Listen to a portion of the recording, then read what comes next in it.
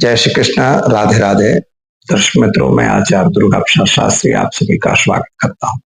आज हम बात करेंगे देवशयनी एकादशी क्या है और क्यों हमें मनानी चाहिए, और इस एकादशी पर किया हुआ कौन सा कर्म हमारे लिए सबसे बेस्ट होता है।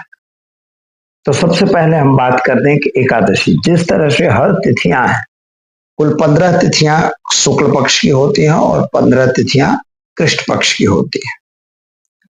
15 तिथियों में कृष्ण पक्ष में अमावस्या आती है और शुक्ल पक्ष में वो जो तिथि आती है वह पूर्णिमा आती है।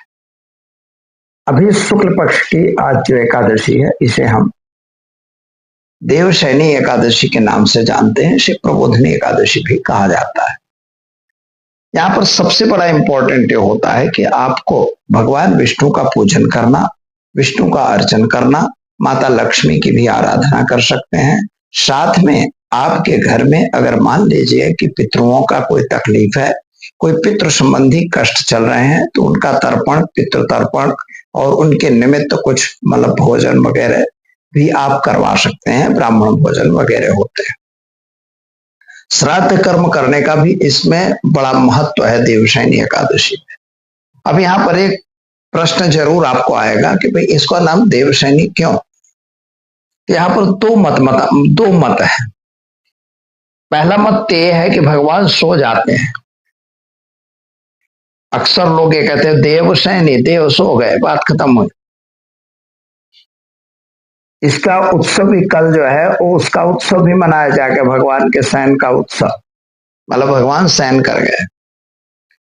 लेकिन दूसरा एक इसका पहलू है जिसका साइंटिफिक रीजन से लेना देना है। साइंटिफिक में ये होता है कि जैसे इस समय क्या होता है कि चतुर्मास का समय प्रारंभ हो गया, खेतों में पानी भर गया, वहां पर हल चलने लगे, अन्न के बीज बोए गए, यानी बीज सब जो थे जमीन के अंदर दबा दिए गए। और वेद में लिखा हुआ है मित्रों कि अन्न एव ब्रह्म, जो अन्न है वही ब्रह्म है। अन्न देवता को ब्रह्म कहा गया है। ये हमारे वेदों का वाक्य है, मैं नहीं कह रहा हूं। तो वेद में जब लिखा है अन्न एव ब्रह्म, तो वही ब्रह्म जो है हमारे तब सो गए, क्योंकि उनको जमीन के अंदर डाल दिया गया। अब कुछ दिनों बाद उनमें अंकुरण फूटेगा। अंकुरण फूटने के बाद उनके थोड़े थोड़े छुप बनेंगे और उनके बाद उसको बाद में वो पक जाएंगे। दिवाली तक में उनको काट के घर लाया जाएगा। मतलब कहने का तात्पर्य आप समझ रहे हैं, वही अन्न को ही देवता माना गया है, वहां अन्न देव सो गए। तो एक और पद्धति आई, हमारे ज्योतिषियों ने बनाई। ज्योतिषियों ने यह बना दिया कि भैया इस समय में शादी विवाह नहीं होगा, वास्तु वगैरह के मुहूर्त नहीं मिलेंगे। तो ये क्यों? तो इसका भी एक बहुत अच्छा रीजन है कि जैसे इसमें अभी देखिए तो गुरु महाराज अस्त के हो गए हैं। अब गुरु अस्त के हो जाएंगे तो नियम यह है कि आपको मुहूर्त नहीं मिलेंगे। शादी करना है तो गुरु का उदय होना जरूरी है, शुक्र का उदय होना जरूरी है। प्रतिबंध करना है तब भी ये जरूरी है। अब हमें मुहूर्त चाहिए तो कहां से लाएं? वास्तु करना है तब भी कुंभ मुहूर्त, कलश मुहूर्त होने चाहिए, जो मुहूर्त है ही नहीं है, इसलिए हमें वो नहीं कर सकते हैं। तो हमें क्या करना है? इसलिए इसको हम लोग बता रहे हैं कि भैया आपका अभी जो इस स्थिति में है तो भगवान सो गए हैं, मतलब हमारा मुहूर्त नहीं दिया जाएगा। गुरु महाराज है ही नहीं है, वो अस्त के हैं और अस्त के मुहूर्त में कोई मुहूर्त नहीं मिलता। तो अस्त के गुरु और शुक्र में मुहूर्त नहीं मिलता तो हमें मुहूर्त नहीं मिलेगा, इसलिए वास्तु वगैरह वर्जित हो जाता है। तो कब सिंह राशि में जब गुरु पहुंचेंगे या जैसे सूर्य के पास जब गुरु पहुंचते हैं तो उस समय स्थिति बनती है। अब तीसरा एक लोगों की स्थिति को मैं बता रहा हूं कि आषाढ़ का महीना है, फिर श्रावण का महीना आएगा, तो आप समझिए कि इसमें बारिश होगी। भादों का महीना है, इसमें वर्षा ऋतु आएगी, बरसात होगी, चारों तरफ पानी भर जाएगा, कहीं डैम टूट जाएगा तो कहीं बांध टूट जाएगा, तो कहीं पानी से हाहाकार मचा हुआ है, अभी भी आप देख ही रहे हो। तो ये जो पानी बरसेगा, मान लो बारात लेके गए, वही पानी में फंस गए, और आज का समय तो है नहीं कि भाई हम बस में हैं या ट्रेन में हैं। उस समय तो क्या था, घोड़े गाड़ी और पैदल लोग जाया करते थे। इसलिए भी इनको मुहूर्तों से वंचित किया गया। ये प्रमुख 4 कारण हैं। इसीलिए यह देवशयनी एकादशी कहा गया कि यह देवशयनी एकादशी है। इस एकादशी में हमें करना क्या चाहिए? तो देवशयनी एकादशी के दिन सुबह उठ के नहा धोकर आपको संकल्प लेना है। थोड़ा पानी में गंगा जल डाल के, थोड़े तिल डाल के, और आपको स्नान करना है। इसके बाद हल्दी भी डाल सकते हैं थोड़ी सी, और इसके बाद स्नान करिए। संकल्प लीजिए कि आज मैं एकादशी का व्रत करूंगा। अब व्रत का नियम यह होता है कि मतलब आपको कुछ खाना पीना नहीं है, पानी वगैरह पी सकते हो। कभी कभी तो लोग निर्जला रहते हैं, मैंने पानी बिना रहते हैं, लेकिन नहीं चला सकते हो तो पानी पीजिए। कोई बीमार है, कुछ है, तो उनकी दवाइयों वगैरह के लिए कुछ हल्का फुल्का फलाहार वगैरह ले सकते हैं। कुछ चीजों का फलाहार में छूट दी गई है और कुछ को मना किया गया है। तो हमें अन्न के सिवाय की वस्तु हमको खाने का अधिकार मिलता है हमारे शास्त्र में। तो इस तरह से आप फलाहार वगैरह करेंगे, पूरी रात उसका व्रत रहेगा। फलाहार आप 2 टाइम भी कर सकते हो। कुछ लोग 11 टाइम करते हैं, पर 11 वाला तो वह उचित नहीं होता, पर 2 टाइम वाला सही है। तो आप फलाहार वगैरह करिए, चाहे 5 जो भी करते हैं कर सकते हैं। हाँ, व्यसन वगैरह से दूर रहना है आज के दिन। अपशब्दों से दूर रहना है, धार्मिक प्रवृत्तियों को करना है। भगवान विष्णु की और माता लक्ष्मी की आज आराधना करनी है। अपने पितरों को भी आपको तर्पण करना है। आज पितरों का तर्पण करने का एक विशेष महत्व है। इसमें अगर एक पूजा की जाती है तो उससे बड़ा फायदा मिलता है, ऐसा कहा गया है।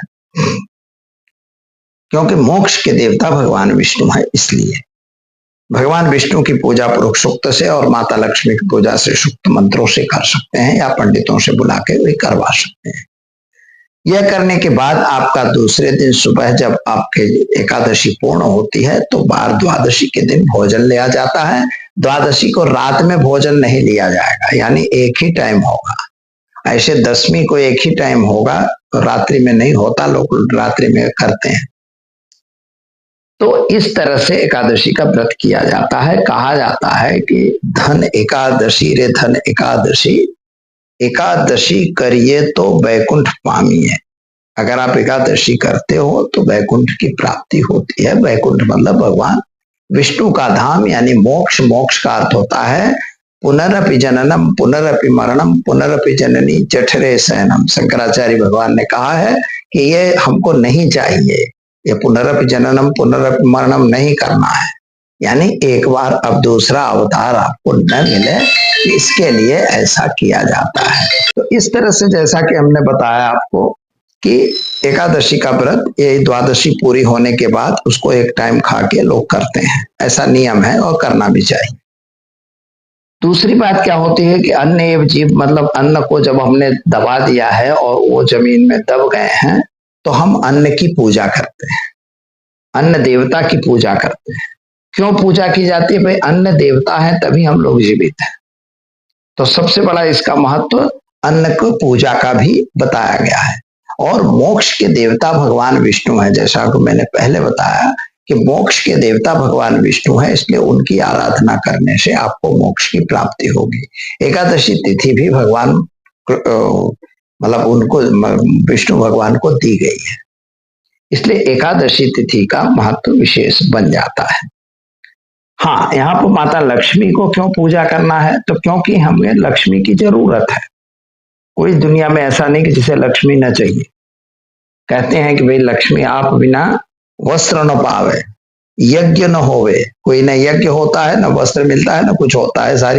सारी जो झंझट है माता लक्ष्मी के पास है। अगर लक्ष्मी जी हैं तो सब कुछ है। इसलिए माता लक्ष्मी का विशेष पूजन आज करना चाहिए। और क्योंकि आज से अब ऐसा होगा कि शेष साईं भगवान विष्णु के पास माता लक्ष्मी जो है वो जैसे 4 महीना वो रहेंगे, जिसे योग निद्रा भी कहते हैं कि योग निद्रा में भगवान विष्णु हैं, तो उनके साथ कौन रहेगा? तो माता लक्ष्मी रहेगी। इसलिए हम जब विष्णु की सेवा करेंगे और माता लक्ष्मी को अपमानित करेंगे तो अच्छा नहीं होगा। इसलिए उनकी भी सेवा करना परम आवश्यक है। इसलिए माँ लक्ष्मी की भी आराधना करिए। एक छोटा सा मैं उपाय भी आपको बता रहा हूँ, रास्ता भी बता रहा हूँ। अगर यह रास्ता आप करते हैं तो आपको बड़ा फायदा होगा और करना भी चाहिए, कोई ऐसी बात नहीं है। आज एकादशी का दिन है और आपको एक लाल कपड़ा लेना है, छोटा सा। लाल कपड़े में आपको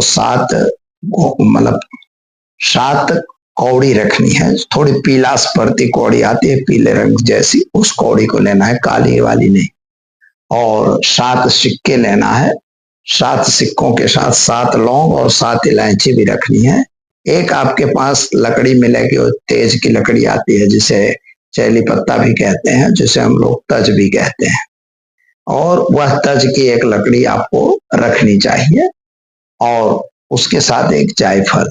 तो जायफल को तोड़ देना होता है, साथ उसमें कपूर आपको रख देना है और इतनी चीज आप रख के उसकी एक गठान या गांठ लगा के और अपने पूजा के रूप स्थान पर रखिए। वहां पर आपको श्रीम श्रीय नमः इस मंत्र का आपको 11 माला जप करना है। आज के दिन घी का दीपक जलाना है 24 घंटे। दीपक बुझना नहीं चाहिए, ये कन्फर्म है। और दीपक बने तो खड़ी बाट का यानी फुलबत्ती का लगाना, 2 बत्तियां जरूर डालना। इस तरह से आप दीपक जलाइए, धूप दीजिए और यह क्रिया कर दीजिए और अगले एकादशी को भी यही क्रिया करते रहिए। 4 महीने का प्रयोग है। जब देव उठी एकादशी आएगी तब इसकी अंतिम प्रक्रिया मैं बताऊंगा। तो यह क्रिया आपको करते रहना है और फिर वो जो पोटली है उसको ले जाके अपने तिजोरी में रख दीजिए। और एक काम करिएगा, नैऋत्य दिशा में आपको एक गोलक मिट्टी का लाके जरूर रख देना है और नित्य उसमें कुछ रकम डालते जाना है। बस मित्रों, यह प्रयोग आप आज की एकादशी से करिए और फिर देखिए कि आपके घर में कैसे बरकत आती है, माता लक्ष्मी कैसे स्थिर रहती है। अवश्य माता लक्ष्मी स्थिर रहेंगी।